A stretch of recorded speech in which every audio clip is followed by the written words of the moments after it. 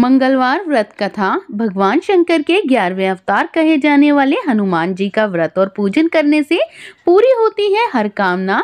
सुख संपत्ति, यश और संतान प्राप्ति के लिए मंगलवार का व्रत रखना बेहद ही शुभ माना जाता है।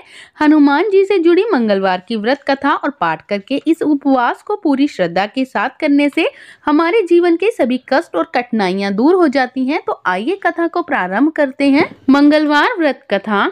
प्राचीन समय की बात है। किसी नगर में एक ब्राह्मण दंपति रहते थे।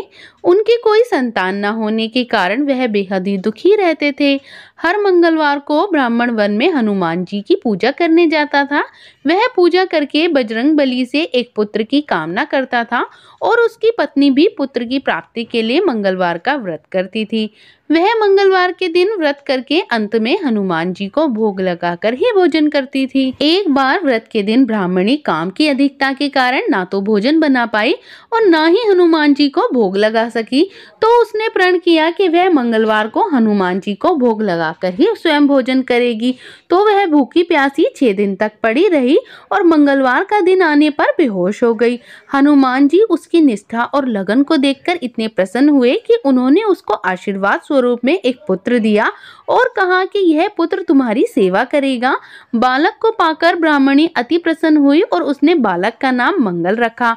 कुछ समय उपरांत जब ब्राह्मण घर आया तो बालक को देखकर पूछा कि वह कौन है।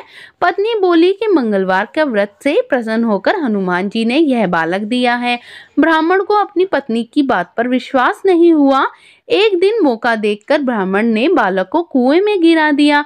पर जब लौटने पर ब्राह्मणी ने पूछा कि मंगल कहाँ है, तभी पीछे से मंगल मुस्कुरा कर आ गया और उसे वापस देखकर ब्राह्मण आश्चर्यचकित रह गया। रात को हनुमान जी ने उसे सपने में दर्शन दिए और बताया कि यह पुत्र उसे उन्होंने ही दिया है। ब्राह्मण सत्य को जानकर बेहद खुश हुआ और उसके बाद ब्राह्मण दंपति प्रत्येक मंगलवार को व्रत रखने लगे। जो मनुष्य मंगलवार का व्रत रखता है, कथा सुनता व पढ़ता है और नियम के साथ व्रत का पालन करता है, उसे हनुमान जी की कृपा से उसके सब कष्ट दूर होते हैं, सर्व सुख प्राप्त होते हैं और हनुमान जी की दया का वह पात्र बनता है।